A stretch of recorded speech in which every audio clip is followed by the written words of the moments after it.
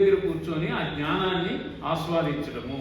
దానివల్ల ఏమవుతుందంటే అజ్ఞానం శిథిలమైపోతుంది.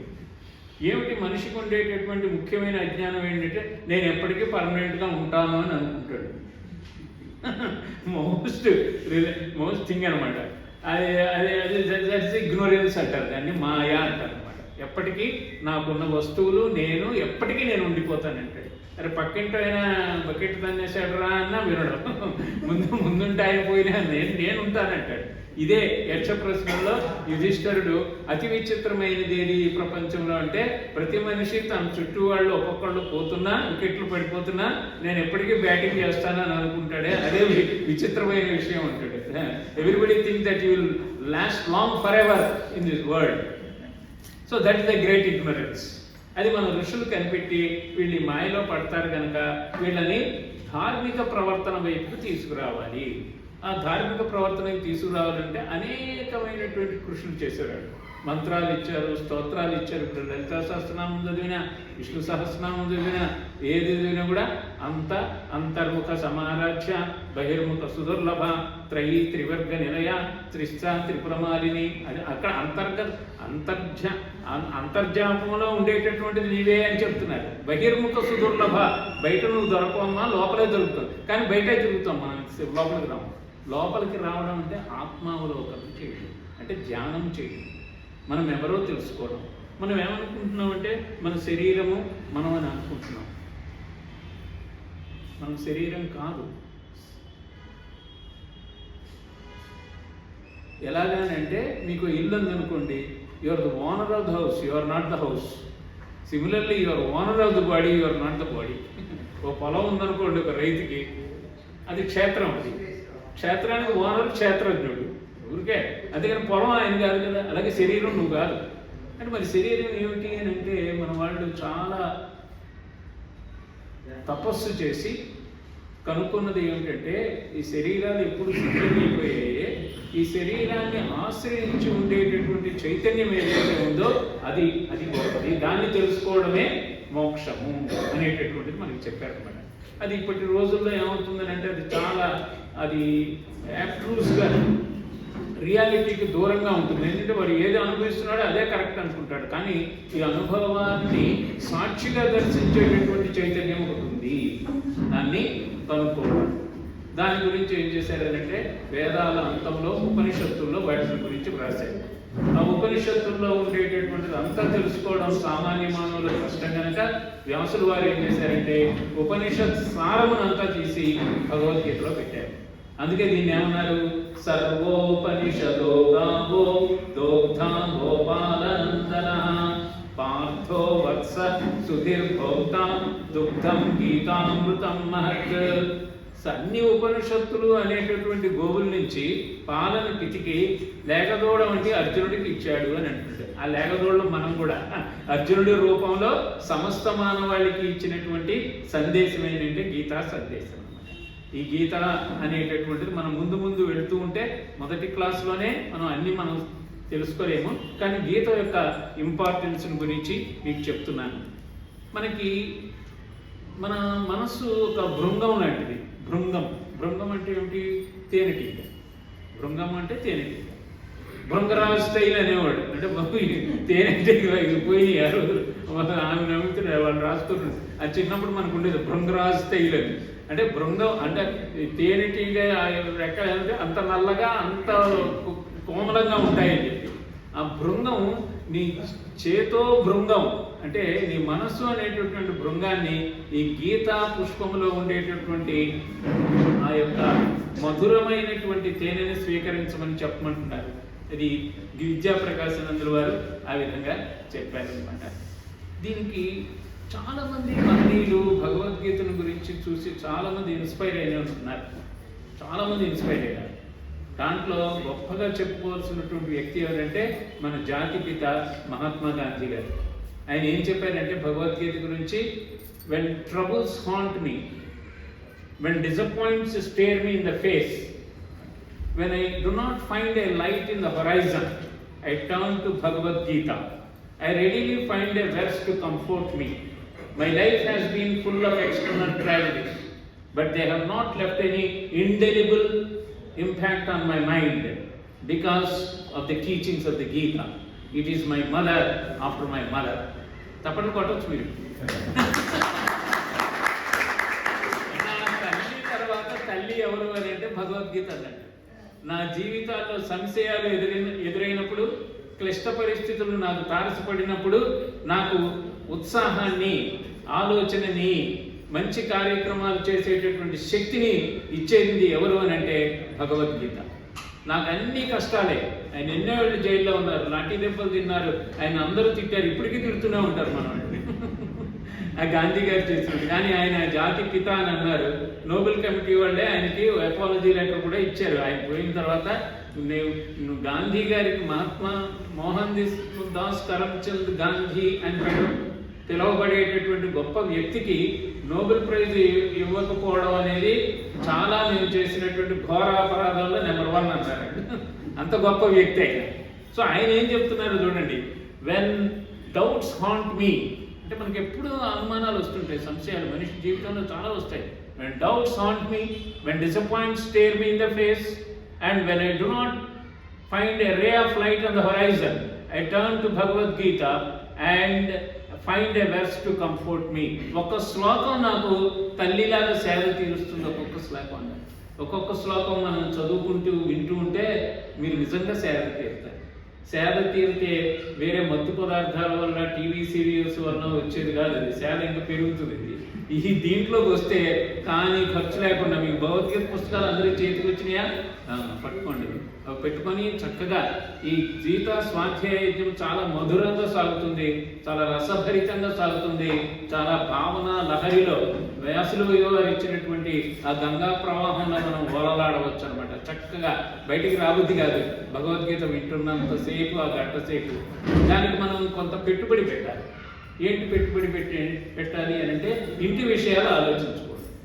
తర్వాత పక్క వాళ్ళతో కూడా మాట్లాడకూడదు. పక్క వాళ్ళతో మాట్లాడితే అన్నీ వచ్చేస్తాయి. పక్క వాళ్ళతో మాట్లాడితే మళ్ళీ లౌకిక వచ్చేస్తుంది. అమ్మాయి ఇలాగా మీ చూడంగానే పక్క వేసుకున్నారు, లేదా పక్క ఆయన ఏంటి అన్నీ వస్తాయి. అవన్నీ కొద్దిగా క్లోజ్ చేయాలి. ఆ షట్టర్స్ అన్నీ మూసేయాలి. మూసేసి షట్టర్స్ అంటే ఇవే కళ్ళు ఇవన్నీ కూడా అవన్నీ ఏం చేయాలంటే భగవద్గీత ఒక తెలిసిన ఆయన 98 సార్లు చెప్పిన ఆయన మళ్ళీ వచ్చి చెప్తున్నాడు. దాన్ని సింపుల్గా మనం విందాము, దాన్ని అర్థం చేసుకుంటాం. చాలామంది కొంతమంది తెలిసిన వాళ్ళు ఉంటారు ఆల్రెడీ. కానీ భగవద్గీత నేను ఎవరైనా చెప్తున్నా నేను వెళ్ళి వింటాను మీలాగే కూర్చొని. ఎందుకంటే ఈయన చెప్పే దాంట్లో ఇంకో కొత్త పాయింట్ ఏమైనా దొరుకుతుందేమో. భగవద్గీత ఎంత గొప్పది అని అంటే మీరు చదివారనుకోండి, మళ్ళీ 2 ఏళ్ల తర్వాత చదివితే ఆ శ్లోకం ఇంకో రకంగా అర్థమవుతుంది. ఎందుకు అర్థమవుతుంది అంటే నీలో ఎవల్యూషన్ ఉంది. నీలో కొన్ని అనుభవాల ద్వారా కొంత నువ్వు జీవితం నేర్పింది. ఆ జీవితం నేర్పినటువంటి ఆ స్లైడ్లో ఆ గ్లాసెస్తో చూసినప్పుడు అది ఇంకా ఇంకా ఇంకా ఎత్తుగా ఉండేది. నేను అంతవరకే ఆలోచించానే. స్వామి వివేకానంద అంటారు భగవద్గీతలో అన్ని శ్లోకాల్లోకి 2వ అధ్యాయంలో ఉన్న 3వ శ్లోకంలోనే అంత పవర్ ఉందంటారు. ఏమిటా పవర్ అంటే క్లైవ్యం ఆస్మగమ పార్థ నైతత్వయుపపద్యతే క్షుద్రం హృదయ దౌర్బల్యం జక్కోత్తిష్ట పరంతప. హృదయ దౌర్బల్యాన్ని తీసుకురాకు. నేను చేతకాని వాడిని, ఐఎమ్ ఇన్కేపబుల్ ఆఫ్ డూయింగ్ అని ఎప్పుడు అనుకోకు. You are capable of doing. హృదయ దౌర్బల్యం. హృదయ దౌర్బల్యం అని అంటే మానసికమైనటువంటి వీక్నెస్ అన్నమాట. అది ఉండకూడదు. క్షుద్రమని నీచమైనటువంటిది. ఉత్తిష్ట గెటప్. మనం ఏ పనిలో చేస్తున్నా కొన్ని సెట్ బ్యాక్స్ వస్తాయి. ఇప్పుడు రామన్ గారి ఈ లైబ్రరీని ఇలాగ చేయడానికి ఎన్నో సెట్ బ్యాక్స్ వచ్చి ఉంటాయి. కానీ ఇప్పుడు చూస్తే ఇది ఎంత చక్కగా ఉంది, ఒక మోడల్ లైబ్రరీ ఉంది అని అనిపిస్తుంది. కానీ ఆయన ఎంత కష్టపడ్డాడే. కానీ ఆయన ప్రతి వాళ్ళు ఏంది నీ పని, నువ్వు చేసి రిటైర్ అయ్యే నీకు పిచ్చోడి నువ్వు అని. కానీ ఇప్పుడు వచ్చి అసలు నేను అనుకుంటా ఈ ఏరియాలో ఎంత చక్కటి లైబ్రరీ, ఎంత కమ్యూనిటీ హాలు, ఎంత చక్కగా డిసిప్లిన్ వచ్చే పీపుల్ ఎక్కడున్నారు ఈ రోజున. Credit goes to every member of this society. మీరు అంతా చేస్తున్నారు, ఆయన సహకరిస్తున్నారు. అంటే ఏమిటి, ప్రతి విషయంలోనూ జీవితంలో మనకి కొన్ని ఆటంకాలు ఎదురవుతాయి. వాటిని మనోధైర్యంతో ఎదుర్కోవాలి అని చెప్తున్నారు. అది 2వ అధ్యాయంలో 3వ శ్లోకంలోనే చెప్పారు. భగవద్గీత ఇంకా గొప్ప విషయం ఏంటంటే ఇది ఇంగ్లీష్లో చాలామంది ట్రాన్స్లేట్ చేశారు. దాంట్లో ఎవరు అని అంటే ఫస్ట్ ఆయన విల్కిన్సన్ అని ఉన్నాడు. ఆయన 1885లోనే ట్రాన్స్లేట్ చేశాడు. దాన్ని వారన్ హేస్టింగ్స్ ఫోర్వర్డ్ రాశాడు. వాడు ఎంత గొప్పవాడు అంటే వాడు బ్రిటిష్ వాళ్ళకి పనిచేసినా ఆ ఫోర్వర్డ్లో ఏం రాశాడనంటే, ఏదో ఒక నాటికి బ్రిటిష్ సామ్రాజ్యం అంతరించిపోతుంది, కానీ ప్రపంచాన్ని వీళ్ళు రాసినటువంటి భగవద్గీత గ్రంథం కబళిస్తుంది అని. ఇప్పుడు ఫారెన్ యూనివర్సిటీస్లో అంత భగవద్గీత చదువుతున్నారు, భగవద్గీత చదువుతున్నారు. మన బాధ ఏంటంటే మనం నేర్చుకోకపోతే మనం జర్మనీ వాడి దగ్గర, అమెరికా వాడి దగ్గర భగవద్గీత నేర్చుకోవాల్సిన గతి పడుతుంది. ఎందుకంటే మనం అందరం నవ్వుతున్నాం, బాగానే ఉంది, కానీ మన పిల్లలకు నేర్పుతున్నామా? నేర్పట్లేదు. మన పిల్లలు ఏదో యూత్ ఎవరు లేదు, అందరూ 70-75 అంతా అయిపోయినాడు. భగవద్గీత అనుభవంలో తెలుసుకునే లేదు, యంగ్ వచ్చారు.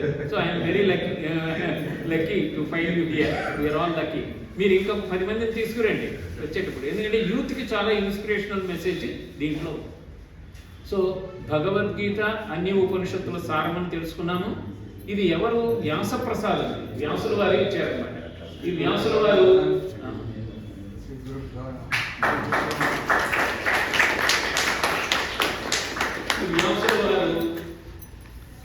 మహాభారతం అనే గ్రంథాన్ని రాశారు. భగవద్గీత ఒక సెపరేట్ బుక్ కాదండి, మహాభారతంలో ఉంది. మహాభారతంలో పర్వాలు ఉన్నాయి, 18 పర్వాలు ఉన్నాయి. ఆ 18 పర్వాల్లో భీష్మ పర్వం ఉంది. ఆ భీష్మ పర్వంలో ఇది ఉంది Bhagavad Gita. So it is part and parcel of an epic poem, the greatest epic poem on this planet. 1,25,000 shlokas ఉన్నాయి. దానికి మించినటువంటి ఎపిక్ పోయం ఈ వరల్డ్లో ఏది లేదు.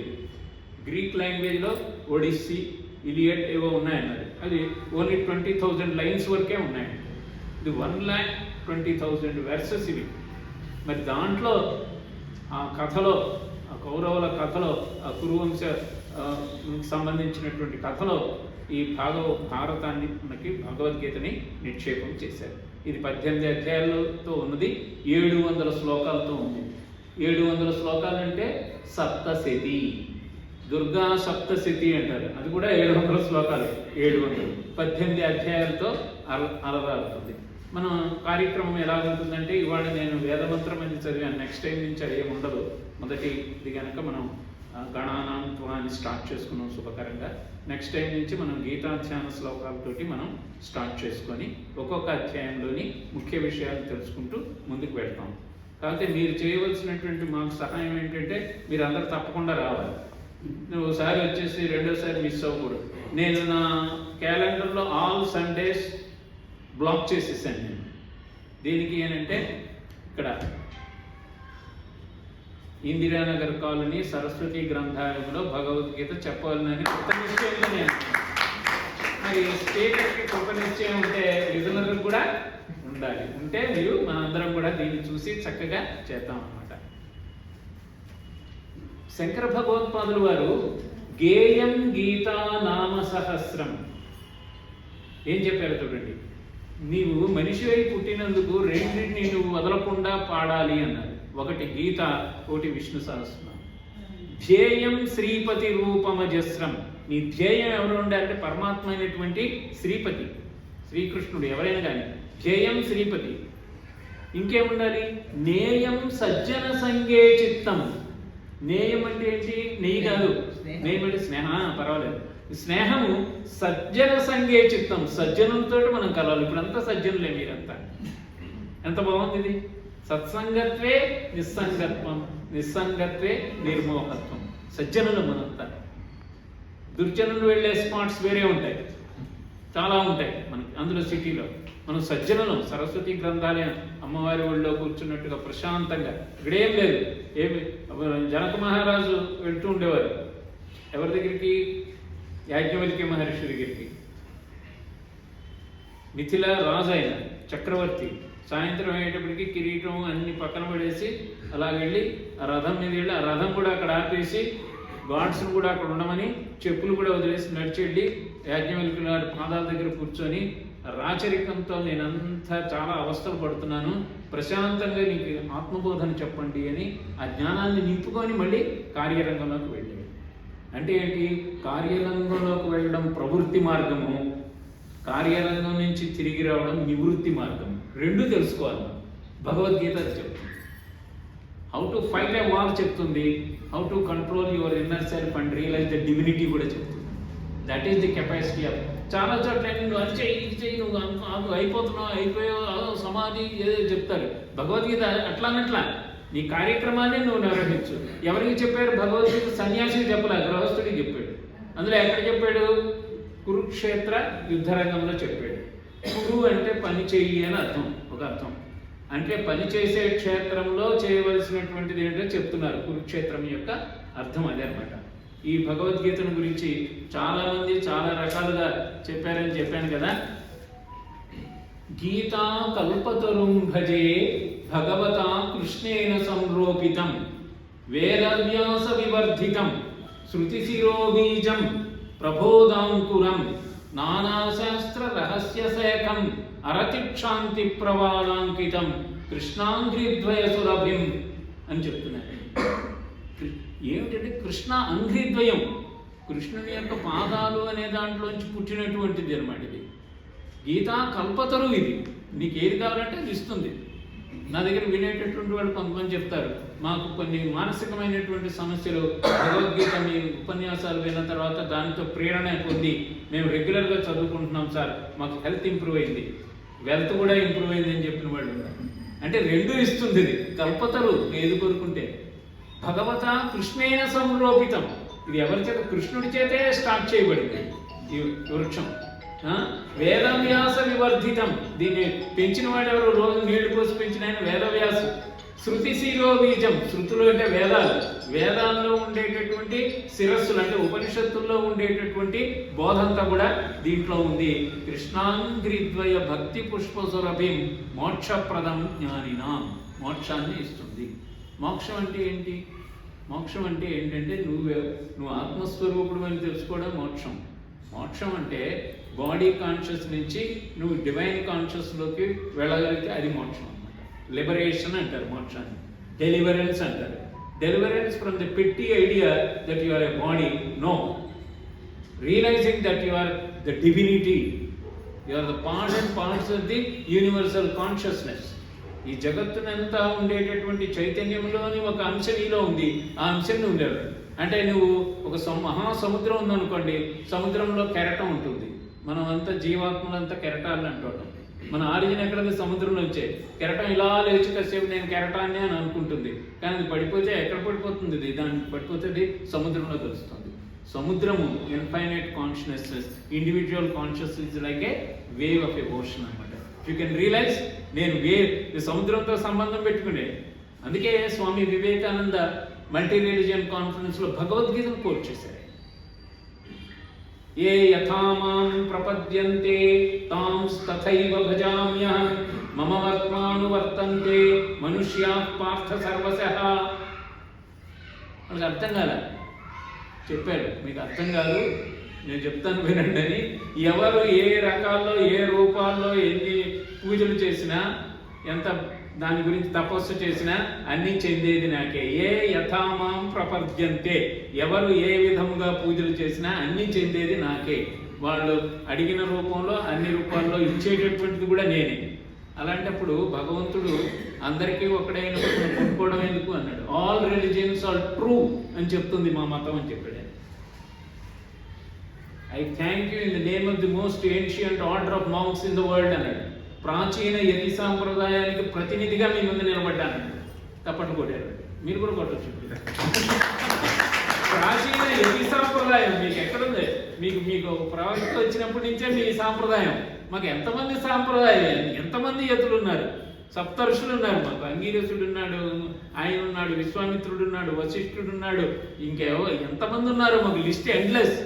దానికి ప్రతినిధిగా మేము ముందు నిలబడ్డాను. అమ్మ ఎంత డీప్గా ఉందా అన్నాడు.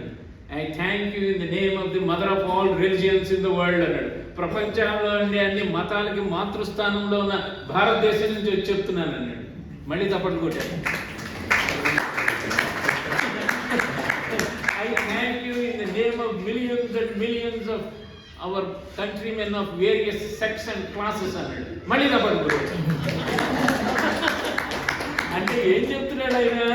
మీరు చిన్న చిన్న దేశాలు రా, మా భారతదేశం ఉపఖండం అది. మాకు ప్రతి 200 కిలోమీటర్లకి భాష మారిపోతుంది, డ్రెస్ మారిపోతుంది, ఆహారపు అలవాట్లు మారిపోతాయి. మాకు పెద్ద ఎంతో కల్చర్ ఉంది, ఎన్నో లాంగ్వేజెస్ ఉన్నాయి, ఎన్నో బుక్స్ ఉన్నాయి మా దగ్గర. అంటే అరే భారతదేశం ఎంత గొప్పదా అని వాళ్ళు ఆయనకి మీ గురించి చెప్పండి అని చెప్తే ఆయన ఒక్కొక్కటి చెప్తూ ఈ శ్లోకం చెప్తూ ఇంకా గొప్పగా దాన్ని తీసుకెళ్ళారనమాట. భగవద్గీత ఆయన ఎలా పట్టుకొని వెళ్ళారనమాట అన్నింటికీ. ఎందుకంటే నాకు ఏ పుస్తకం లేకపోయినా ఇది ఉంటే చాలు నాకు సపోర్ట్ అని. మరి అలాంటి భగవద్గీతని మనం చాలా పదిలంగా తీసుకెళ్ళి ఇంట్లో పెట్టుకొని, ఇప్పుడు భగవద్గీత ఇచ్చారు, దాన్ని జాగ్రత్తగా తీసుకెళ్ళి దండం పెట్టి దేవుడి దగ్గరే పక్కన పెట్టి రోజు ఒప్పు కానీ తెరవ తెలిసి చూడాలి కదా, దాన్ని చదవాలి కదా. కళ్ళు ఉన్నాయి, కనబడుతున్నాయి, నీకు చదువు ఉంది, అక్షరాలు ఉన్నాయి, చదువు. భగవద్గీతలో ఇంకో గ్రేట్నెస్ ఏంటంటే అది చదువుతుంటే అదే నీకు రివీల్ చేస్తుంది. చదువుతుంటే ఇప్పుడు నేను ఇది చదివాను, ఏదో కష్టంగా అనిపించింది కదా, మీరు 2-3 సార్లు అది తెలుస్తాను. సర్వధర్మాన్ పరిత్యజ్య మాం ఏకం శరణం వ్రజ అహం త్వా సర్వపాపేభ్యో మోక్షయిష్యామి మా శుచః. చాలా కష్టంగా ఉంది కదా. సర్వధర్మాన్ అంటే అన్ని ధర్మాన్ని, పరిత్యజ్య వదిలేసి, మాం నన్ను, ఏకం నన్ను ఒక్కడినే, శరణం వ్రజ శరణు చూచు. సింపుల్ అయిపోయా.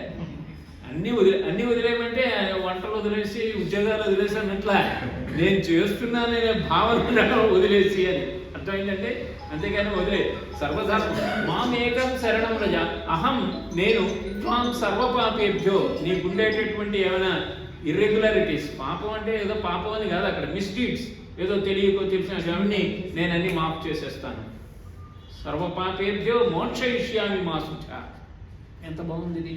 అట్లా భగవద్గీత చాలా ఉత్తేజకరమైనటువంటివి, నేటి సమాజానికి కావాల్సినటువంటివి ఎన్నో ఇస్తుందన్నమాట. It is an inspiring message అన్నాడు ఆయన. ఏమన్నారండి? It is an inspiring message that meets the urgent needs of personal and societal problems అన్నాడు. పర్సనల్ ప్రాబ్లమ్స్కి, సొసైటీలో ఉండే ప్రాబ్లమ్స్కి చేస్తుంది అని చెప్పి. ఈ విధంగా మనం భగవద్గీతను గురించి చాలా చెప్తే 18 రోజులు భగవద్గీత గురించే చెప్పొచ్చు. కానీ భగవద్గీత అసలు ఏం చెప్తుందో ఆ శ్లోకాల్లోకి మనం వెళ్ళబోయే ముందు మీ దగ్గర చిన్న పుస్తకాలు వచ్చినాయి కదా. ఇప్పుడు నా పుస్తకం నా దిత్తానే ఉంటుంది, దాన్ని కట్టేయడం కూడా నాకు తెలియదు ఒక్కోసారి కొత్తలో. సెల్ ఫోన్స్ కొద్దిగా ఆఫ్ చేసుకోండి. ఇప్పుడు మనం ధ్యాన శ్లోకాలతోటి ఇవాళ మనం స్టార్ట్ చేద్దాము. నేను చెప్తాను, మీరు రిపీట్ చేయండి. పేజ్ నంబర్ 4 అథ హృదయాదిన్యాస. అటు జోలికి పోకండి, అవన్నీ మనకు అర్థం. అథ ధ్యానం అన్నది కదా, అక్కడి నుంచి స్టార్ట్ చేయండి. అథ ధ్యానం ఓం పార్థాయ ప్రతిబోధితాం భగవతా నారాయణేన స్వయం వ్యాసేన గ్రథితాం పురాణమునినా మధ్యే మహాభారతం అద్వైతామృతవర్షిణీం భగవతీం అష్టాదశాధ్యాయినీం అంబత్వాం అనుసందధామి భగవద్గీతే భవద్వేషిణీం నమోస్తుతే వ్యాస విశాల బుద్ధే పుల్లారవిందాయత పత్రనేత్ర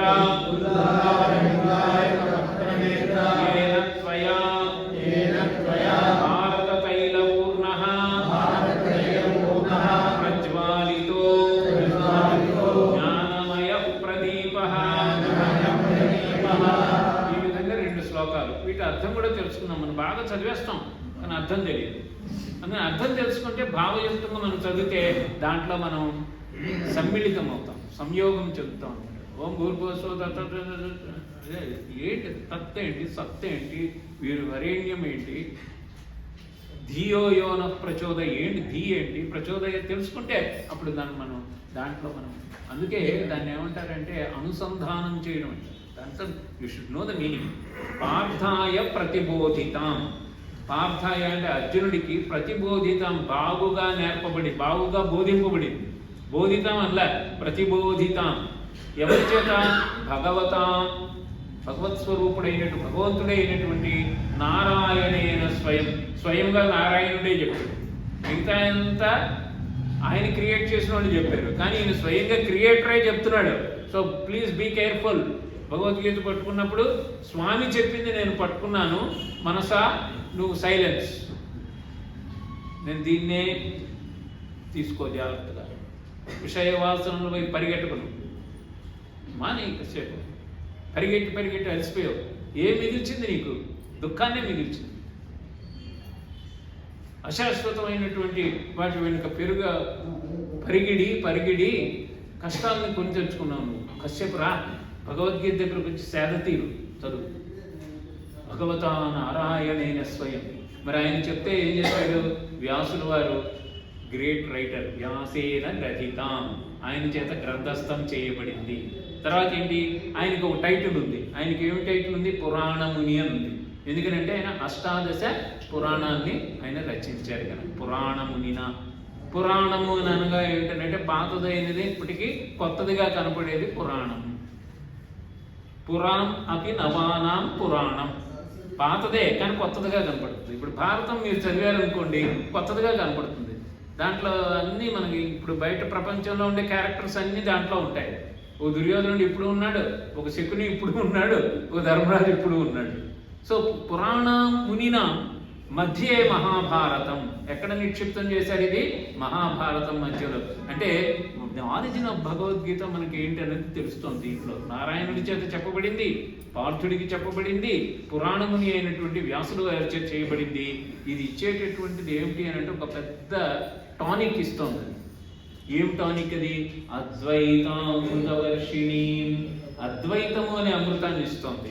అద్వైతము అనేటప్పటికీ శంకరాచార్యుల వారు మనకు గుర్తుకొస్తారు. అద్వైత ప్రతిష్టాపకులైన అద్వైతం అని అంటే దెర్ ఇస్ నో డ్యూయాలిటీ, అంతా నీవే, ఆత్మస్వరూపమే అనేటటువంటిది ఆయన చెప్పారనమాట. అదంతా సబ్జెక్టు చాలా ఇది ఉంటుంది. అందుకే ఆయన మహావాక్యాలు కూడా ఇచ్చారు. అహం బ్రహ్మాస్మి, అయమాత్మ బ్రహ్మ, తత్వమసి, నువ్వు అదే అయ్యి ఉన్నావు, అదే ఉన్నాయని చెప్తున్నారు ఆయన. అదే నువ్వు, కానీ నువ్వేమనుకున్నావు? ఇది ఒక వేసుకొని ఒక వేషం బుడబక్కలాగా, నేను ఇది, నా పేరు సుబ్బారావు ఉన్నాడు ఏమని అనుకోకండి. ఇక్కడ నాకు ఇది ఆస్తుంది, నాకు పిల్లలు ఉంది, నాకు పిల్లలు ఉంది, నాకు క్యాన్సర్, ఇవన్నీ ఏడుస్తున్నావు. శరీరం నువ్వు అన్నీ నీ కర్మఫలాన్ని నువ్వు అనుభవిస్తున్నావు. కానీ నువ్వు ఆత్మస్వరూపుడు పని తెలుసుకుంటే ఏం లేదు నీకు, అసలు బాధే లేదు. రమణ మహర్షి గారికి ఏం బాధ లేదు, చుట్టూ ఉన్న వాళ్ళకి బాధ. రామకృష్ణ పరమహంస గారికి ఏం బాధ లేదు, చుట్టూ ఉన్న వాళ్ళకి బాధ. అంటే అద్వైతామృత వర్షిణులో వాళ్ళు తలుస్తున్నారు. నువ్వు కూడా అద్వైతామృత వర్షిణి ఇచ్చేది పుస్తకం. అష్టాదశాధ్యాయిని, 18 అధ్యాయాలతో అలరాడుతున్నావు. చూసారా, భగవద్గీత గురించి ఎవరు ఏం చెప్పక్కర్లా. ఈ ధ్యాన శ్లోకాలు చదివితే మీకే తెలిసిపోతుంది అంతా.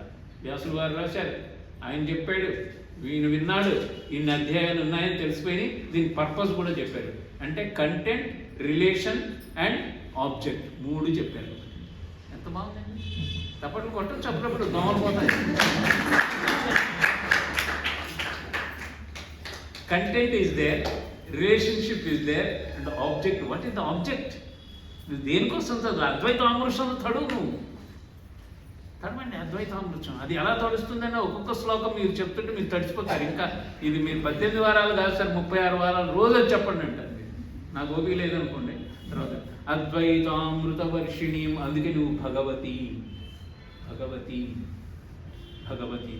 తర్వాత ఏమన్నారు? భగవద్గీతే, నీకు భగవద్గీత అని టైటిల్ ఇచ్చారు. భవద్వేషిణి, భవం అంటే సంసారం. సంసారం అంటే మన ఇంట్లో మన ఫ్యామిలీ అని కాదు అర్థం. సంసారం అంటే ప్రపంచం అంతా కూడా. ఇది ఏంటిది? మనకు అనేక ప్రాబ్లమ్స్ మనం క్రియేట్ చేస్తూ ఉంటుంది. మనం కొన్ని క్రియేట్ చేస్తాం, అది కొన్ని క్రియేట్ చేస్తుంటుంది. దాన్ని పోగొట్టేటటువంటి దాన్ని భవద్వేషిణి అంటే అది అర్థం. భవరోగం అంటారు కదా, భవరోగం నుంచి నన్ను చెయ్యి అంటాడు. ఇదే దానికి నమోస్తుతే. ఇప్పుడు ఎవరు చేయాలి అంటే భగవంతుడి గురించి చెప్పాడు, పుస్తకం గురించి చెప్పాడు. ఇప్పుడు ఏం చెప్తున్నారు? ఎవరు రాసిన అయినటువంటి గొప్పదనాన్ని చెప్తున్నారు. నమోస్తుతే వ్యాస విశాల బుద్ధే పుల్లారవిందాయత పత్ర నేత్ర త్వయా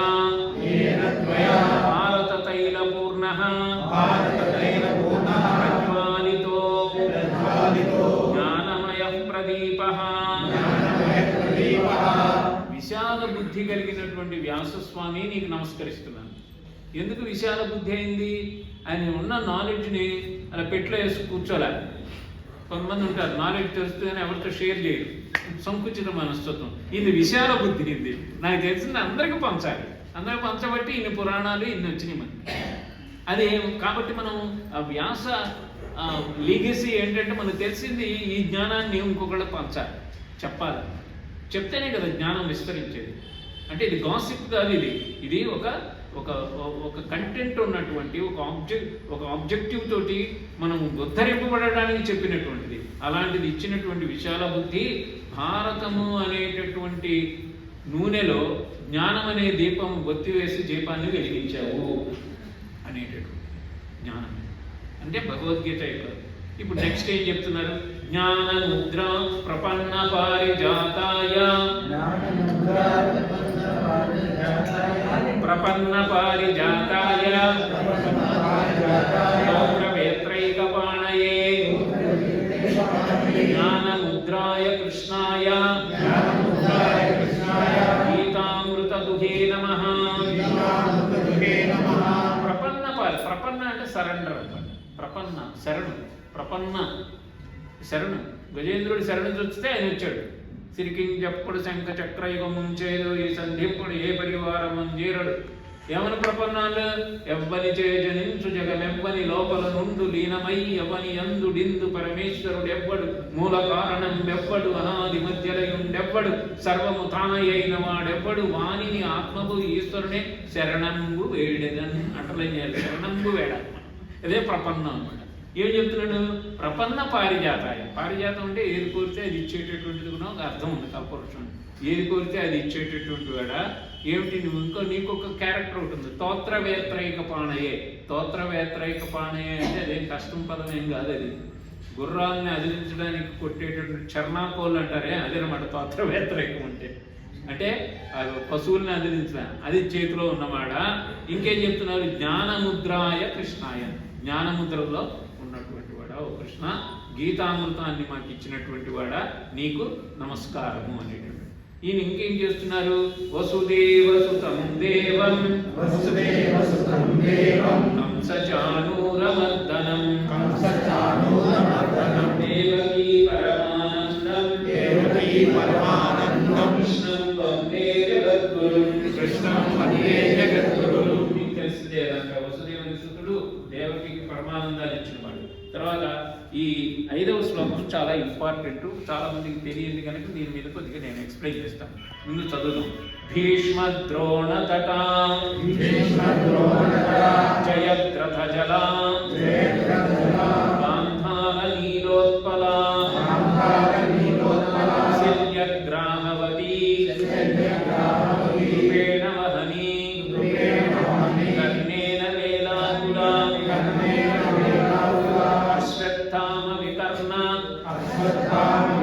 ఘోరమకరా దుర్యోధనావర్తిని సోత్తీర్ణ పాండవై రణనదీ కైవర్తక కేశవః. కేశవ నువ్వు కైవర్తకుడివి అంటున్నాడు. కైవర్తకుడు అంటే పడవ నడిపేవాడు అని అంటారు. కేవేట్ అంటారు. కేవేట్ గుగుడు కైవెట్ అంటే పడవ నడిపేవాడు. రాముడిని పడవ నడిపి తీసుకెళ్ళాడు కదా. కైవర్తక సంస్కృత పదం అర్థం ఏంటంటే పడవ నడిపేవాడు అనమాట. నువ్వు పడవ నడిపేవాడివి. ఇదేంటి కృష్ణుడు పడవ నడిపేవాడు అంటే ఈ కురుక్షేత్ర యుద్ధాన్ని ఒక నదితో పోలుస్తున్నారు. ఏం చెప్తున్నారు? భీష్మ ద్రోణ తటాలు అని అంటే ఏంటి? బ్యాంక్స్, గట్లు. నదికి గట్టు ఉంటుంది కదా. ఒకవైపు గట్టేమో భీష్ముడంట, ఇంకోవైపు ద్రోణుడు.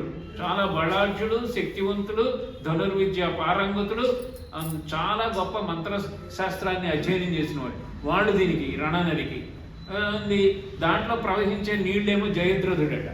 అంటే ఇది సింబాలిక్ రిప్రజెంటేషన్ అనమాట. సింబాలిక్గా రిప్రజెంట్ చేస్తున్నాడు. ఈ కురుక్షేత్ర యుద్ధ భూమి ఒక నదిలాగా ఉంది. ఈ నదికి వీళ్ళిద్దరూ కూడా కట్టలు, జయద్రథుడు పారే నీరు, గాంధార నీలోత్పల. గాంధార రాజు ఉన్నాడు కదా, వాడు దాంట్లో ఇచ్చినటువంటి నీలమైనటువంటి కలువ పువ్వు, నీలోత్పల, శల్యగ్రాహవతి, శల్యుడు అనేటటువంటి ఒక పట్టు లాగేసే చేపవాడు శల్యగ్రాహవతి, కృపేణ వహని, current of the velocity of that water is కృపుడట. చూడండి ఎంత బాగా చెప్తున్నారు. ఇది అసలు ఎవరైనా ఇలాగ ఆలోచించగలరా అని అనిపిస్తుంది. ఒక వీరుల్ని ఒక సముద్రంలో ఉండే మృగాలతోటి కంపేర్ చేస్తూ కురుక్షేత్ర యుద్ధ భూమిని ఒక ప్రవహించే నదితో పోలుస్తున్నారు. మీరు ఎక్కడైనా విన్నారా?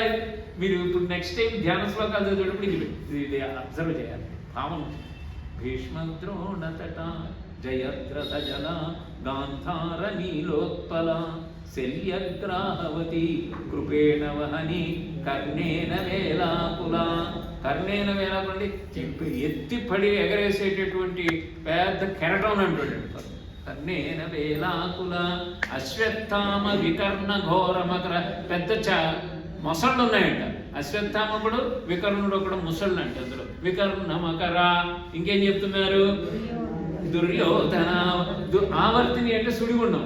దాంట్లో సుడిగుండం ఎవడంటే దుర్యోధనుడు. ఎంత బాగుందండి ఇది. మళ్ళీ ఏం చేయాలి ఇప్పుడు? తప్పట్లు కొట్టాలి కదా. తప్పట్లు కొడితే మీకేముందంటే కూర్చొని ఉన్నారు కదా, రక్త ప్రసరణ జరుగుతూ నిద్ర కూడా పక్కవాడు నిద్రపోతుంటే లేస్తాడు. కాబట్టి ఇది అద్భుతమైనటువంటి. నేను ఈ శ్లోకం 2-3 సార్లు చదువుకుంటాను. ఎంత బాగా చెప్పారు రా వ్యాసులు గారు ఈ ధ్యాన శ్లోకాలు. అలా మీరు కూడా అంటే నేను మీకేం చెప్తున్నానంటే అనుష్ఠానం ఎలా చేయాలో భగవద్గీతని నేను చెప్పడానికి వచ్చాను. కొంతమంది నాకన్నా పెద్దవాళ్ళు తెలిసిన వాళ్ళు ఉంటారు, కానీ పుస్తకం పట్టుకుంటే దాన్ని ఎలాగే దాని అర్థం ఎలా పట్టుకోవాలి, ఎలా చేయాలని చెప్పారు. అందుకే మీరు ఎవ్రీ క్లాస్ మీరు అటెండ్ కాకుండా వచ్చారనుకోండి, మొత్తం రసం అంతా పిండి మీకు ఎస్సెన్స్ లాగా మీకు ఇవ్వడానికి నేను రెడీగా ఉన్నాను. మీరు రెడీగా ఉన్నారా? కొంతమంది సగమే ఉన్నారు. పూర్తిగా రండి, అది ఎప్పుడు ఉండేదే. నెక్స్ట్ ఏమంటున్నారు? పారాశర్యవచ సరోజమమలం కీలార్థగద్ధోత్కటం నానాఖ్యానకకేసరం హరికథా సంబోధనా బోధితం త్రిలోకే సజ్జన షట్పదైః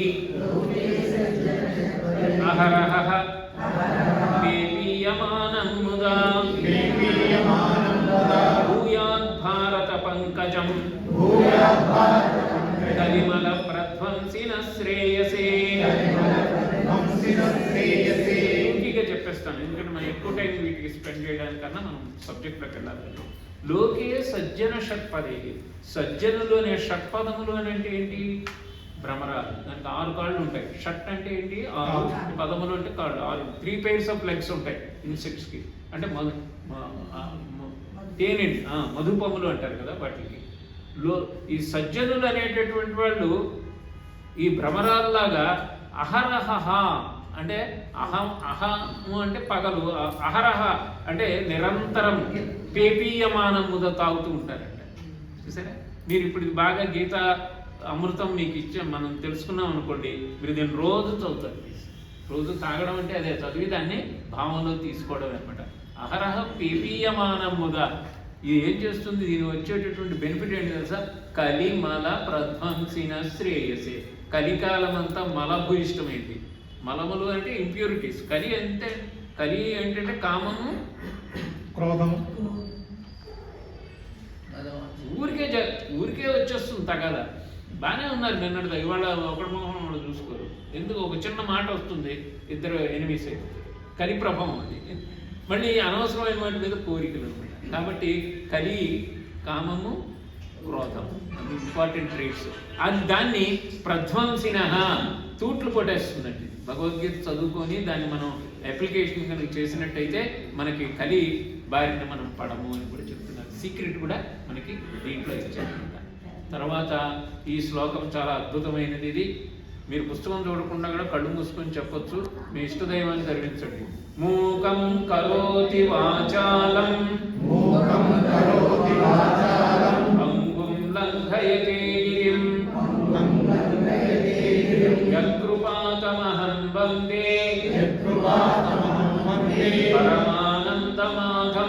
పరమానందమాధవం.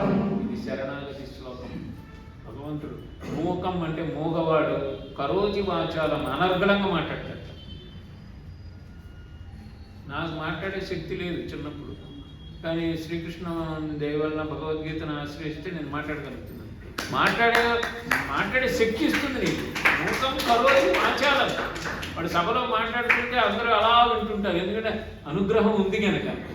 అమ్మవారి అనుగ్రహం ఉంది. అమ్మవారి అనుగ్రహం ఉండాలి. కొంతమందికి ఐడియా క్రియేట్ అవుతుంది, ఇక్కడ దాకా వస్తుంది, బొడ్డు దాకా మాట్లాడదామని అంటాడు, ఇక్కడ దాకా వస్తుంది. దానికి రూపం ఇచ్చాడు, కానీ దాన్ని చెప్దామంటాడు, ఇక్కడ దాకా వస్తుంది. కానీ బయటకు వాక్ రాదు. ఒకటికి 4 ఎలైనవి వస్తుంది, అది సరస్వతీ కరుణ అంటారు. ఏమంటారండి? సరస్వతీ కరుణ. సరస్వతి గ్రంథాలయం, సరస్వతి కరుణ. ఆ విధమైనటువంటి అలాంటిది ఏం చేస్తుందంటే మూకం కరోతి వాచాలం. పంగుం అంటే కుంటివాడు, లంఘయతే గిరిం, పర్వతాలు ఎక్కేస్తాట నీ అనుగ్రహం ఉంటే.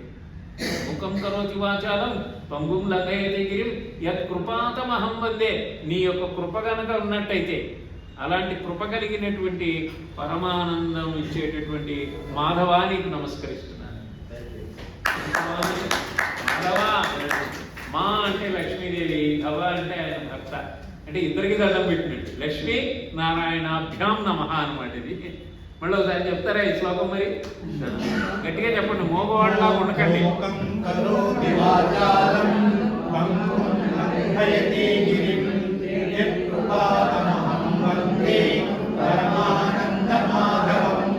మీరు ఇంట్లోంచి బయటికి వెళ్ళేటప్పుడు ఈ శ్లోకం చదువుకుని వెళ్ళిపోండి.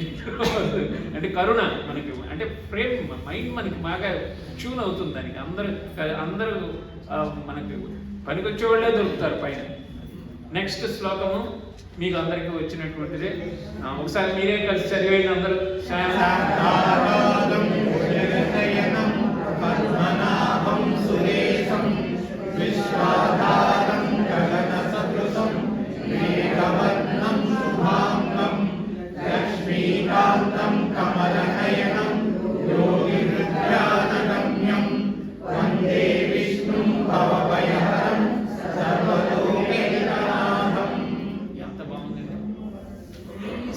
చదివేటప్పుడు దీంట్లో ఉండే క్యారెక్టర్స్ ఏంటో మనం అబ్జర్వ్ చేయాలి. శాంతాకారం, శాంతంగా ఉన్నాడు అంటే దాని అర్థం ఏంటంటే నువ్వు కూడా శాంతంగా ఉండమని.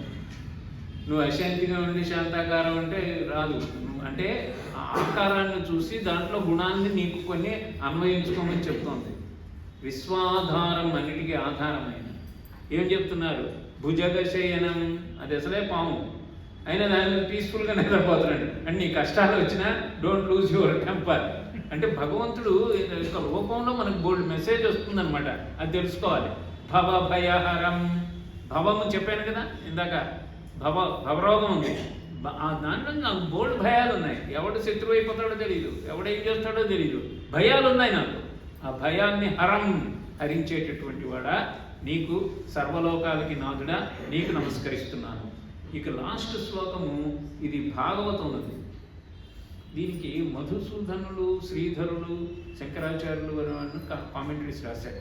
ఈ ధ్యాన శ్లోకాలు శ్రీధరాచార్యులు రాశారని ఒక నానుడు ఉందన్నమాట. భగవద్గీత చదవబోయేటప్పుడు మన మైండ్ చక్కగా ట్యూన్ అవ్వడానికి ఈ శ్లోకాలు చదువుకొని అప్పుడు మనం చక్కగా ఆ భగవద్గీతలోని ఆ శ్లోకాలని మనం తీసుకోవాలి. అంటే ప్రతిదానికి నువ్వు కంప్యూటర్ కూడా ఓపెన్ చేయాలంటే దానికి పాస్వర్డ్ ఏదో కొట్టాలి కదా, లేకపోతే అది ఓపెన్ కాదు. అలాగే ఇది పాస్వర్డ్ అనమాట, నీ యాక్సెస్ వస్తుంది. అప్పుడు అందులో వ్యాసుల వారిని పెట్టాం, అమ్మవారిని ప్రార్థించాం, అయ్యవారిని ప్రార్థించాం, నీ కరుణ అన్నాం, నే ప్రపన్నత్వం అన్నావు, నువ్వు అన్నీ చెప్పావు, కృష్ణుడిని కూడా గాయనం చేసావు. వాళ్ళందరూ నీకు అప్పుడు ప్రోగ్రామ్ ఓపెన్ చేస్తారు. అరే నీ నాలెడ్జ్ తీసుకోరప్పారా అని తెలుస్తుంటారు అనమాట పాస్వర్డ్. ఇదెందుకు సార్, ఇదంతా వేస్ట్, మేము డైరెక్ట్గా భగవద్గీతకి వెళ్తామంటే అసలు నేర్చుకోకుండా పుస్తకం చదివి స్విమ్మింగ్ చేసినట్టు ఉంటుంది, మునిగిపోతాడు. తెలుసుకోవాలి కదా. లేదా చాలా పుస్తకాలు చదివి స్విమ్మింగ్ మీద అంటే ముందు గురువు ట్రైనింగ్ అవ్వాలి కదా నాకు. అందుకని ట్రైనింగ్ అన్నమాట. Training your own mind. ఇప్పుడు కాదు ట్రైనింగ్, నీకు ట్రైనింగ్ ఇది చదువుకున్నప్పుడు ఆహా ఇంత ఆనందం ఉంటుంది. ధ్యాన శ్లోకాల్లో ఇంత గొప్ప వివరణ మనకి ఇచ్చారనమాట. సో ఈ విధంగా ఈ రోజున రమణ మహర్షి జయంతి రోజున మనం పుష్యమాస పౌర్ణమి రోజున ఈ యొక్క గీతాజ్ఞాన యజ్ఞాన్ని మనం గీతాధ్యాన శ్లోకాలతో మనం స్టార్ట్ చేశాము. 6 నుంచి 7 అని చెప్పారు, కానీ మీ అందరి యొక్క ఉత్సాహం చూస్తుంటే ఇంకొక 10 నిమిషాలు నేను తీసుకోవచ్చా?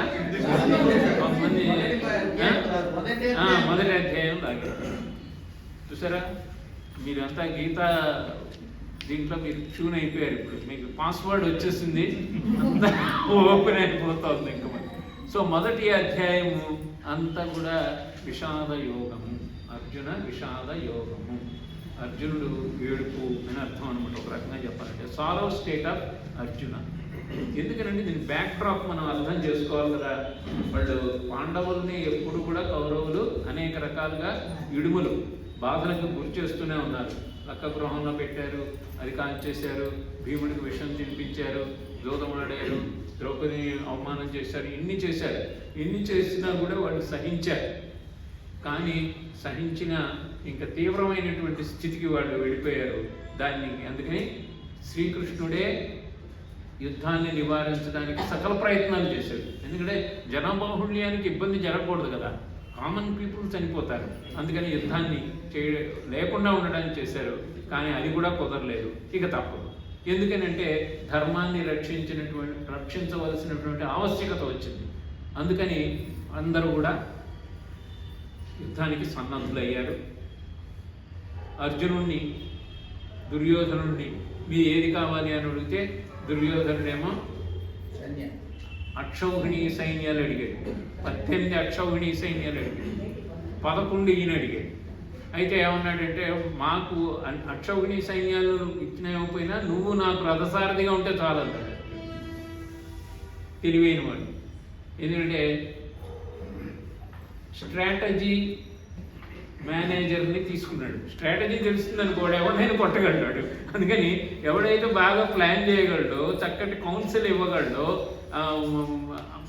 ఆయన కనెక్ట్ పెట్టుకుంటే ఏమైంది, ఆయన పార్థ సారథి అయిపోయింది.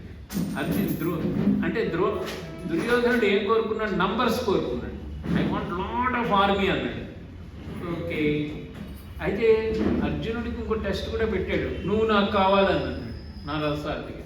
అయితే నేను యుద్ధం చేయను సుమా అన్నాడు, అయినా కావాలన్నాడు.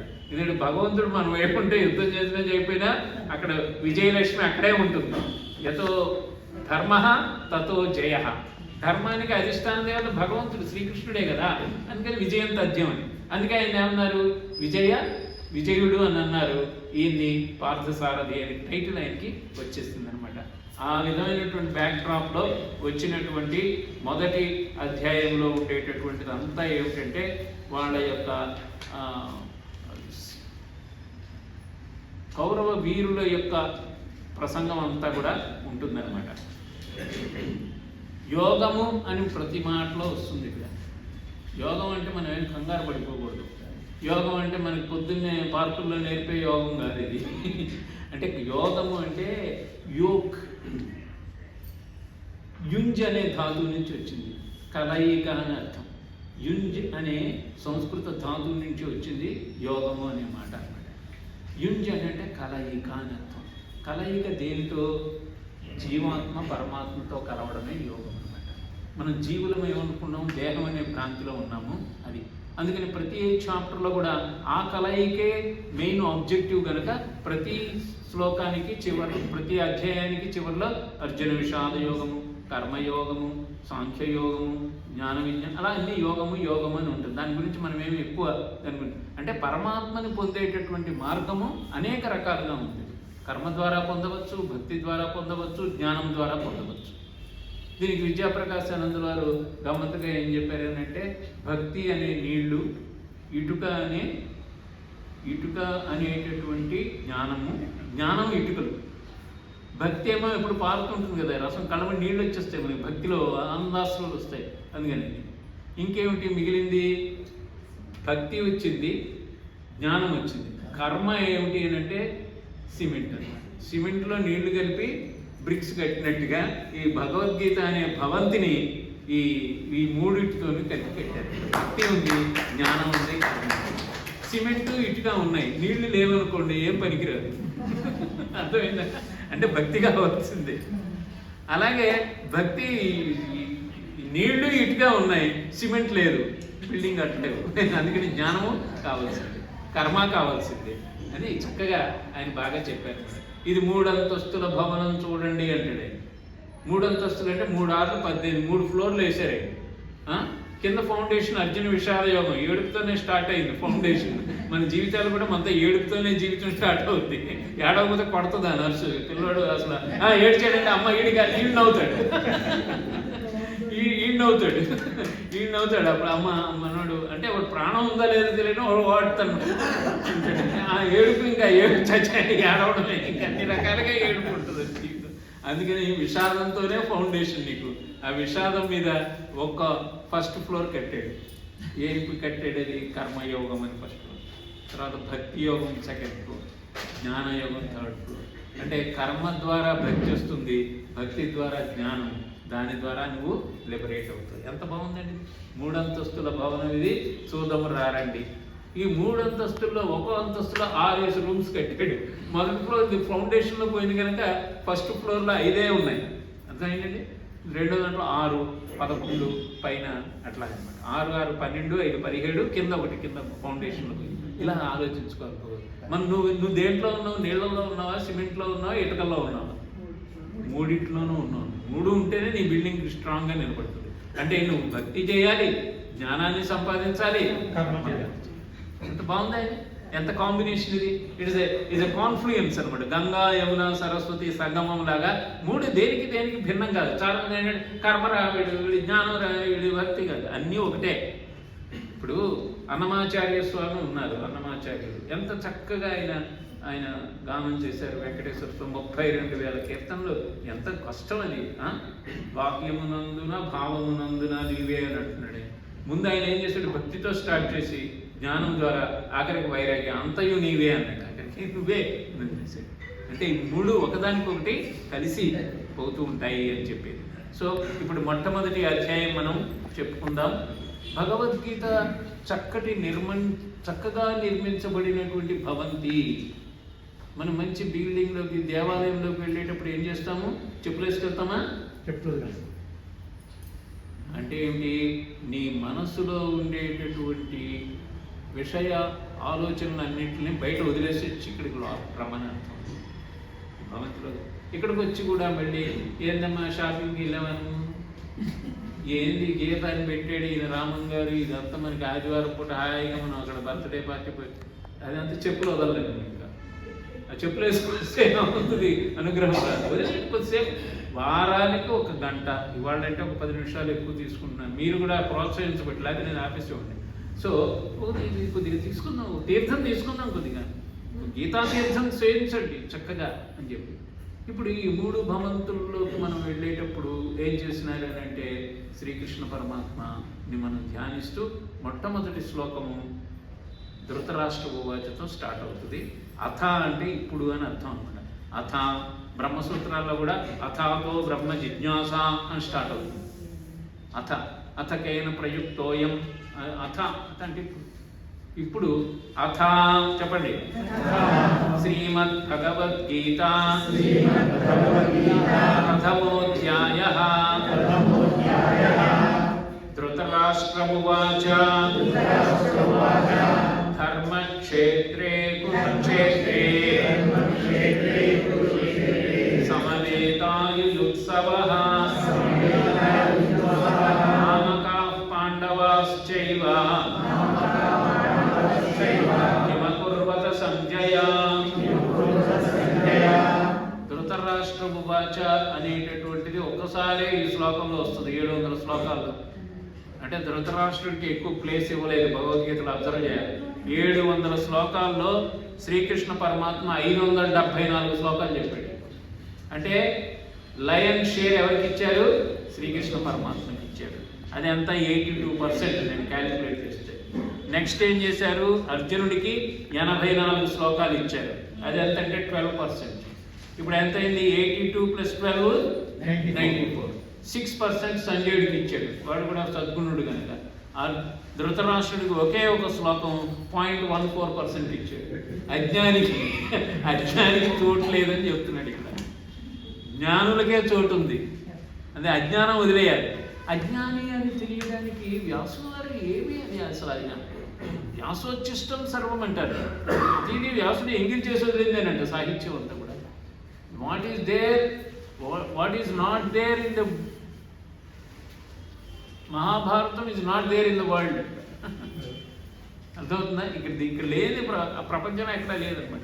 ప్రపంచంలో ఉన్నదంతా ఇక్కడ ఉంది, ఇక్కడదే ప్రపంచంలో ఉంది, దానికి బియాండ్ కూడా ఉంది అంటున్నారు భారతం. అదనమాట. సో అంటే 700 శ్లోకాల్లో 82% కృష్ణుడికే కేటాయించినారు అని అంటే ఏంటంటే, గురువు గారు చెప్పేటప్పుడు శిష్యుడు చొప్పదంటి ప్రశ్నలు వేయకుండా జాగ్రత్తగా వినమని. ఊరికి ప్రతిదానికి క్వశ్చన్ వేసామనుకో చెప్పలేడు. అందుకని when a wise man speaks you must listen carefully, don't put unnecessary questions అని చెప్తున్నారు. అది ఇండికేషన్. అదంతా వ్యాసుల యొక్క ఆ యొక్క ఆర్కిటెక్చర్ అనమాట. సో ఇప్పుడు ఏం చేశారు? ధృతరాష్ట్ర ఉవాచ అంటే చెప్పారు అని అర్థం. ధృతరాష్ట్రుడు ఏం చెప్పినాడు అని అంటే, ధర్మక్షేత్రమైన కురుక్షేత్రములో సమవేతాయుయుత్సవ, యుద్ధం చేయడానికి సమావేశమైనటువంటి మామకాహ నా వాళ్ళు, పాండవశ్చైవ పాండవులు, కిమ ఏమిటి, కుర్వత చేశారు, సంజయ ఓ సంజయ. సింపుల్. చాలా మంది భగవద్గీతను అమ్మో ఇది సంస్కృతం ఏమి లేదు, ఒకసారి చదివితే అర్థమైపోతుంది. అందుకే ఒకసారి చెప్పించుకోవాలి. అందుకే అర్థమైపోయింది కదా. ధర్మక్షేత్రే కురుక్షేత్రే, ధర్మక్షేత్రమైన కురుక్షేత్రంలో సమవేత సమావేశమైన వాళ్ళు, యుత్సవ యుద్ధం కోసం, మామకాహ నా వాళ్ళు, పాండవాహ పాండవులు, కిమ కుర్వత సంజయ ఏం చేశారు. దీంట్లోనే భగవద్గీత అంతా ఉందన్నాడు. ఇదేంద్ర బాబు, అయితే ఇదంతా 600 శ్లోకాలు చదవకుండా ఇదే బట్టి పడతామని అనుకోకండి. ఒక ఆయన అన్నట్టు అట్లా మనకు భలే వస్తాయి కదా గైడ్లు చదివి పాస్ అయిన వాళ్ళం, మనకు గైడ్ షార్ట్ కట్. అంటే ఒక ఆయన ఏమన్నారంటే, ఒక పెద్ద సాధు టెంపుల్లో లెక్చర్ ఇవ్వడానికి వచ్చారు, పెద్ద పీఠాధిపతి అని చెప్పి. ధర్మక్షేత్రే కురుక్షేత్రే అని చెప్తే, ధర్మక్షేత్రే కురుక్షేత్రే అని ఒకతను లేచి ఆనందంతో ఊగిపోతా కూర్చొని పిచ్చోడే చేస్తున్నాడు. అని కూర్చోబెట్టండి అంటే కూర్చున్నాడు. నాకు తెలిసిపోయింది అని నడుస్తున్నాడు. ఏదన్నాడు నువ్వు ఏమని ఆయన ఉపన్యాసం అంతా ఇద్దరు పిలిపించారు. ఏంట్రా నీకు ఏం తెలిసింది, అసలు మొదలు పెట్టంగానే నాకు తెలిసిందని గెలిచేస్తున్నాను అన్నాడు. అయ్యా, ధర్మక్షేత్రే కురుక్షేత్రే ఆ మాటలు ఇటు అటు చేయండి. క్షేత్రే క్షేత్రే ధర్మం కురు అని చెప్తోంది సార్. నువ్వు any field of action you perform your ధర్మ అని చెప్తోందని దండం పెట్టాడు. ఎక్కడ నేర్చుకున్నావురా? ఎక్కడ? నేనేం రైతుని, నాకు తెలియదు. మా ఊళ్ళో ఒక పెద్ద ఆయన ఒకసారి చెప్తుంటే అలాగా విన్నాను, అది భలే అనిపించిందండి, అది పట్టుకున్నాను. అందుకే వినడం అనేది చాలా గొప్ప పవర్ అన్నమాట, లిజనింగ్ ఎబిలిటీ. మేము ఎన్నో పుస్తకాలు చదివి ఎన్నో చేసి ఉంటాం. మమ్మల్ని పిలిచి మాట్లాడితే ఒక మంచి స్వామి రంగనాథానంద గారితో మేము స్పీచ్ అది వింటుంటే ఒక 20-30 పుస్తకాలు చదివి నాలెడ్జ్ వస్తుందండి. ఆయన గంటన్నర ప్రవాహం, ఇంగ్లీష్ ప్రవాహం, the universal message of Bhagavad Gita ఇచ్చారు ఆయన. అలాగే విద్యాప్రకాశానంద స్వాములు అద్భుతంగా చెప్పారు వాళ్ళు. అంటే వినాలి ముందు. అందుకే ఏమన్నారు, 3 ఉండాలి మనలో. శ్రవణం ఉండాలి, తర్వాత మననం ఉండాలి, తర్వాత నిధిధ్యాసితవ్యం అంటారు శంకరాచార్యులు. నిధిధ్యాసితవ్యం, అది ధ్యాస పెట్టాలి. నిధి మీద ధ్యాస పెట్టాలి. నిధి అంటే నువ్వు ఆత్మలో దాన్ని అవగతం చేసుకో, ఆత్మానుభూతిని పొందడానికి ప్రయత్నించాలి. సైలెంట్గా కూర్చొని ఇది చదివాను, ఆయన చెప్పారు, నేను ఇది విన్నాను, దీన్ని నేను అనుభూతి చేసుకుంటాను. దిస్ ఈజ్ మోర్ పవర్ఫుల్ అన్నమాట. మనం సైలెంట్గా కూర్చో, విష్ణు సార్ నువ్వు సైలెంట్ కూర్చొని దాన్ని ఏంటి అమ్మవారు ఏం చెప్తున్నారు? అంతర్ముఖ సమారాధ్య బహిర్ముఖ, దాని అర్థం ఏమిటి? దాన్ని నేనేమైనా నా యొక్క నిజ జీవితంలో దాన్ని ఏమైనా నేను అవలంబిస్తున్నానా అంటే అప్పుడు దానికి వస్తుంది. అది నిధిధ్యాసితవ్యం, అది చెప్తున్నారు అనమాట. ఇప్పుడు మనకి ఈ యొక్క నా వాళ్ళు అంటే ధృతరాష్ట్రుడి యొక్క ఆ యొక్క అసూయ గుణము, లోభత్వము అన్ని ఎట్సెట్రా అన్ని గుణాలు దీంట్లో. మామకాహ నా వాళ్ళు, పాండవస్ చైవ, పాండవులు ఎవరు? పాండవులు కూడా తన వాళ్ళే, వాళ్ళు ఓన్ బ్రదర్ సన్స్ వాళ్ళు. పైగా పితృవిహీనులాడు, తండ్రి చనిపోయిన తండ్రి వాళ్ళని ఇంకా జాగ్రత్తగా చూసుకోవాలి. కానీ ఏమంటున్నాడు? యుద్ధానికి వచ్చినటువంటి నా వాళ్ళకి ఏం జరిగింది సంజయ అని అడుగుతున్నాడు. ఈ సంజయ ఎవరంటే ధృతరాష్ట్రుడి దగ్గరే ఒక మినిస్టర్ అయ్యి, ఆయన సత్పురుషుడు ఆయన. అందుకే భగవద్గీతలో ఆయనకు సంజయుడికి కూడా ప్లేస్ వచ్చింది. సంజయ అంటే సమ్యక్ జయ, సమ్యక్ అంటే బాగుగా, జయ అంటే ఇంద్రియాలని జయించిన వాడు సంజయుడు. అర్థం చేసుకోండి, ప్రతి దాంట్లో అర్థం ఉంటుంది. ధృతరాష్ట్రుడు అంటే ఏంటి? రాష్ట్రాన్ని గట్టిగా పట్టుకునే ఉంటాడు. ధృత అంటే గట్టిగా, రాష్ట్రం అంటే శరీరం, నేను నాది అని పట్టుకున్నాడు కనుక వాడు ధృతరాష్ట్రుడు అయ్యాడు. మంచిగా ఉండి ఇంద్రియాలను జయించి సత్సంగంలో పాల్గొనేవాడు వాడు సంజయుడు అయ్యాడు. ఇప్పుడు మనం బేరీజ్ వేసుకోవాలి, మనం సంజయులమా ధృతరాష్ట్రులమా? సంజయుల పార్టీలోకి మనం వెళ్ళాలి. ఎందుకంటే అప్పుడు ఉంటేనే మనం భగవద్గీతను మనం అంటే ఇంద్రియాలను చేసుకోవడం, విగ్రహం మనస్సుని స్వాధీనపరుచుకొని ఉంటే సంజయ్. సంజయ ఉవాచ దృష్ట్వా తు పాండవానీకం దుర్యోధనస్తదా ఆచార్యముపసంగమ్య రాజావచనమబ్రవీత్. దృష్ట్వాతు అంటే చూశాడు. ఎవరు చూశారు? సంజయుడు చెప్తున్నాడు. పాండవానీకం, పాండవులను అందరినీ చూశాడు. వ్యూఢం అంటే వ్యూహాకారంగా అమర్చబడినటువంటి పాండవ సైన్యాన్ని చూశాడు. ఎవడు? దుర్యోధనుడు. నీ కొడుకు దుర్యోధనుడు అక్కడ ఆ వ్యూహాకారంగా అరేంజ్ చేయబడినటువంటి పాండవ సైన్యాన్ని చూసి ఆచార్యం ఉపసంగమ్య, ఉపసంగమ్య అంటే దగ్గరికి వెళ్ళడం. ఆచార్య ఎవరు? ద్రోణాచార్యుల దగ్గరికి వెళ్ళి రాజా వచనం అబ్రవీత్, అబ్రవీత్ అంటే చెప్పాడు.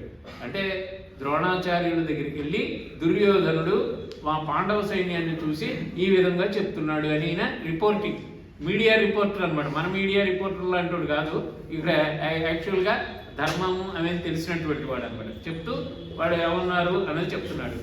కొన్ని శ్లోకాలు అక్కడక్కడ చదివించి తీసేస్తాను వాటికి. అర్జున విషాదయమన పెద్ద మనం ఊరికే వాళ్ళ లిస్టు అవన్నీ ఉంటాయి.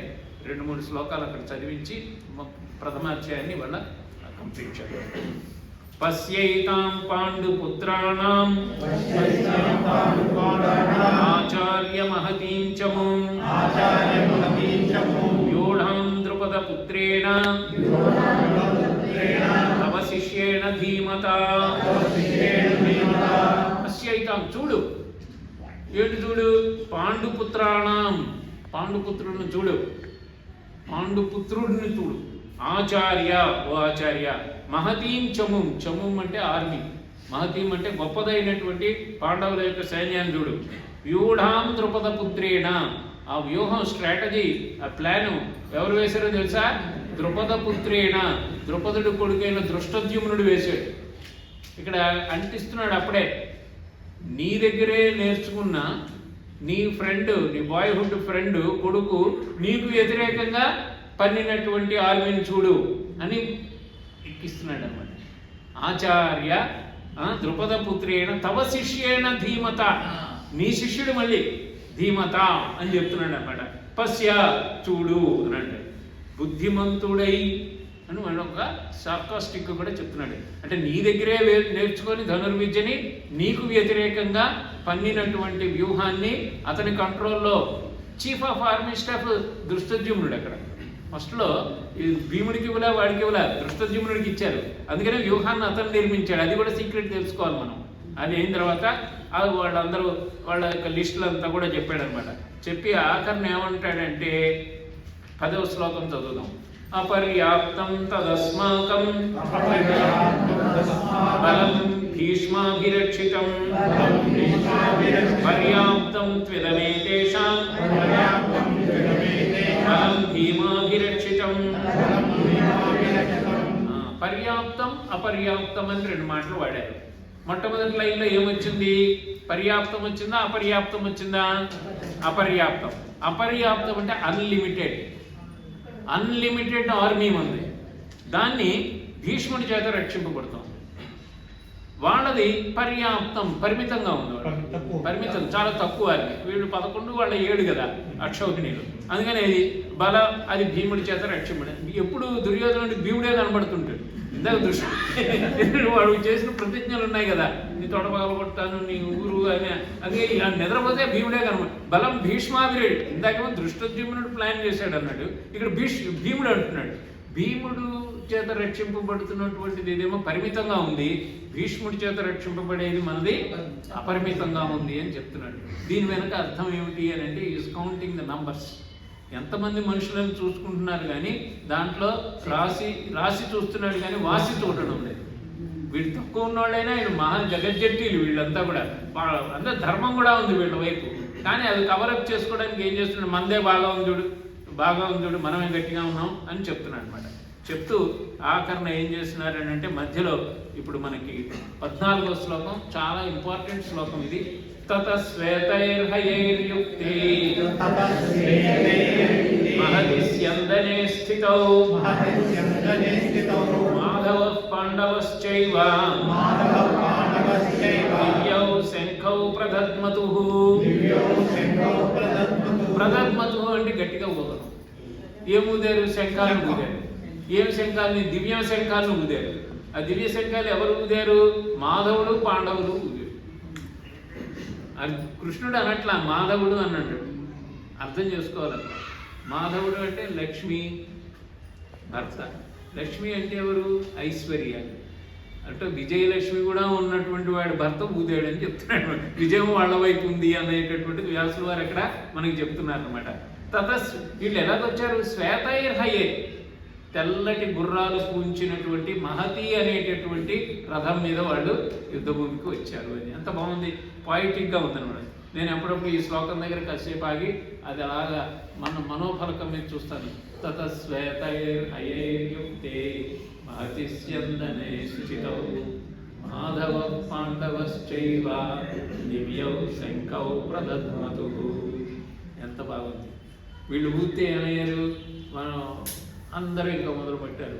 అనంత విజయం. వీళ్ళ శంఖాలకు కూడా పేర్లు ఉన్నాయి. ఆ పేర్లు, ఆ శంఖాలు అవన్నీ కూడా చెప్పుకొని వచ్చిన తర్వాత ఈయన ఏం చేశాడనంటే, అర్జునుడు అన్నాడు, కొద్దిగా రథం ఆపు, మధ్యలో తీసుకెళ్ళి యుద్ధం కోసం చేయడానికి వచ్చిన వాళ్ళని అందరినీ ఒకసారి చూస్తాను నేను అంటున్నాడు.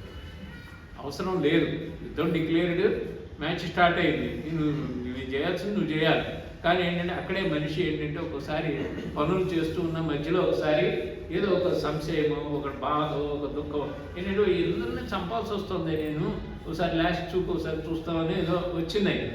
వచ్చేసేటప్పటికి ఆయన ఏమన్నంటే 23వ శ్లోకం, యోత్స్యమానాన వీక్షేహం యయేతేత్ర సమాగతాః రాష్ట్రస్య దుర్బుద్ధే యుద్ధే ప్రియచికీర్షవః. ధృతరాష్ట్రుడు అంటే ధృతరాష్ట్రుడు కొడుకు అంటే దుర్యోధనుడు. దుర్యోధనుడికి ప్రియం చేయడానికి, యుద్ధం చేయడానికి వచ్చినటువంటి నా శత్రువుల యొక్క సైన్యాన్ని అంతా కూడా చూస్తాను అన్నాడు. ఈయన ఏం చేశాడు? అప్పుడు కృష్ణుడు అంతా లీలానారాయణ సూత్రధారి కదా, తీసుకెళ్ళి చక్కగా తీసుకెళ్ళి ద్రోణుడికి భీష్ముడికి ఎదురుగుండా రథం అక్కడ తీసుకెళ్ళాడు.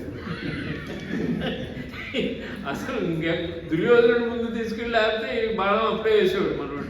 అలా కరెక్ట్గా తీసుకెళ్ళి ఏం చేశాడంటే ఆయన దగ్గర పెట్టేటప్పటికి భీష్మాచార్యుడు, మా తాత గోరుముద్దలు తినిపించాడు, నా ఒళ్ళో కూర్చొని మీ నాన్న పోయాడురా, మీరంత జాగ్రత్తగా ఉండాలిరా అని ధనుర్విద్య నేర్పించాడు ద్రోణాచార్యుడు. ఆయన ఇప్పుడు నన్ను శస్త్రాలతో నేను ఆయన కొట్టాలి. ద్రోణుడు అసలు ఏంటి, నాకు ఎంత సూర్యుడిని ధనుర్విద్యలో నాకన్నా అగ్రగణ్యుడు లేడు అని చెప్పి నన్ను అంత తీర్చిదిద్దినట్టు వీడిని చంపాలని శోకంలో పట్టాడు. ఇక్కడ ధర్మం కోసం యుద్ధం చేయడానికి వచ్చాడు, కానీ వాళ్ళు అధర్మం వైపు ఉన్నారు, అయినా చంపాల్సి వస్తుంది అని ఆయన మీమాంసలో పడ్డాడు. అదే విషాదం. సరే, విషాదం వస్తుంది.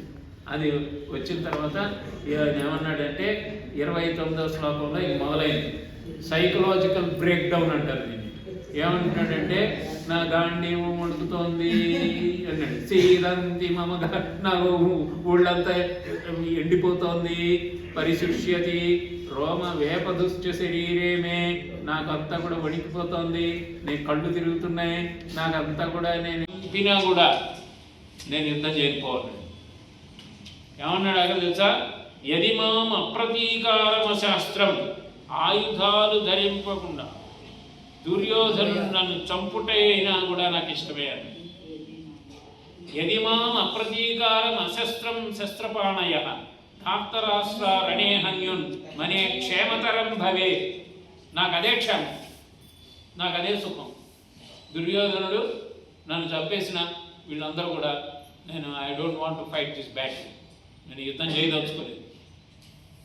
నువ్వు ఎన్ని బాధలు పడ్డావు, ఎన్ని అవమానాలు భరించావు, నువ్వు ఎన్ని ఎఫర్ట్స్ అన్నీ ఫెయిల్ అయిన తర్వాత ఆఖరికి శ్రీకృష్ణుడే యుద్ధం కృతనిశ్చయుడై వచ్చినటువంటి దాంట్లో నువ్వేమంటున్నావు? బ్యాటిల్ ఫ్రంట్లోకి రాగానే నేను చేయలేను అని చెప్తున్నాడు.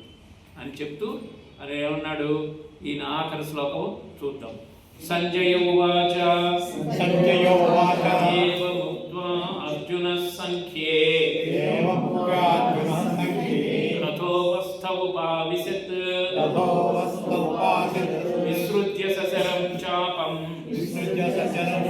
శోక సంవిఘ్నమానసః.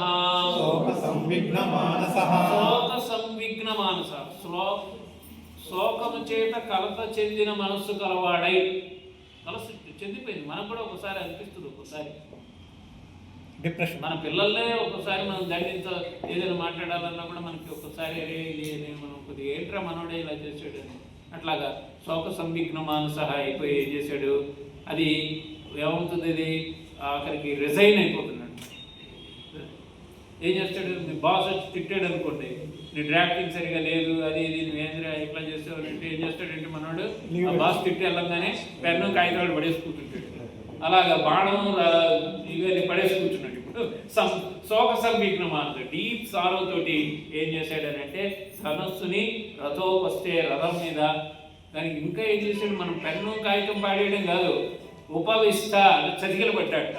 నేను యుద్ధం చేయను, నువ్వేం చేసుకుంటావో అనేటువంటిది. ఇది అర్జున విషాద యోగం. అంటే శోకము నుంచే శ్లోకము పడుతుందని. రామాయణంలో కూడా, వాల్మీకి రామాయణంలో కూడా ఆ క్రౌంచ మిథున పక్షుల్లో ఒక పక్షిని కొడితే పోయేవాడు అలా చూశారు. ఎవరు?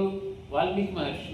వాల్మీకి ఎవరు? ఆదికవి. ఆయనే ఫస్ట్ రామాయణ కావ్యం రాసిన ఆయన ఫస్ట్ ఆయనే ఆదికవి. అందుకే ఎవరైనా వాల్మీకి నమస్కారం పెడతారు. ఆయన ఏం చెప్పినాడు? ఆయన మా నిషాద ప్రతిష్టాం త్వం ఆగమ శాశ్వతీ సమాహ యత్ క్రౌంచ మిథునా ఏకం అవధి కామమోహితం. రెండు ఒకదాన్ని ఒకటి ప్రేమించుకున్నటువంటి ఆ క్రౌంచ మిథునంలో జంటలో ఒకదాన్ని చంపించి నువ్వు ఎంత పాపం చేశావు అని ఒక విషాదం. భరద్వాజ ముని ఆయన శిష్యుడు, ఆయన దగ్గర ఉన్నాడు. స్వామి, మీ విషాదంలో చెప్పినటువంటిది ఇది చాలా లయబద్ధంగా సంస్కృతంలో ఛందోబద్ధంగా వచ్చేసింది ఈ శ్లోకము అని అన్నాడు. అని ఈయన స్నానం చేసి వచ్చిన తర్వాత బ్రహ్మ రెడీగా ఉండి ఆ శ్లోకంతోనే నువ్వు రామాయణాన్ని స్టార్ట్ చేయాలి అంటే దీంట్లో కూడా ఒక రామాయణం యొక్క హిస్టరీ అంతా దీంట్లో ఉంది. రెండు పక్షులు ఎవరంటే రాముడు సీతామ్మవారిని ఎవరైతే బాణంతో కొట్టాడనంటే రావణుడు ఎవడైతే వాడు విఘ్నం కలిగించాడో వాడు నశించుగాక అని ఒక మాట మాట్లాడండి. అంటే రామాయణం యొక్క బీజప్రాయమైనటువంటి శ్లోకము విషాదంలో. అలాగే ఈ విషాదం, అర్జునుడి యొక్క విషాదము మనకందరికీ కూడా భగవద్గీత ఇచ్చింది. అర్థమవుతుందండి? ఈ సీక్రెట్స్ మనకి తెలుసుకోవాలన్నమాట. విషాదం నుంచే మనకు వస్తుంది. చూడండి, మనకు అన్నీ అయిపోయిన తర్వాత ఈ ఏజ్లో మనకి కొద్దిగా మనం అన్నీ చేసాంరా, ఇంకా ఏదో ఆ శాంతి లేదురా, నాకు ఏదో లోపల ఇంకా అంటే భగవద్గీత ఆ శాంతిని ఏదైతే ఫిల్ అప్ ద బ్లాంక్ ఉంటుంది కదా, అది బ్లాంక్.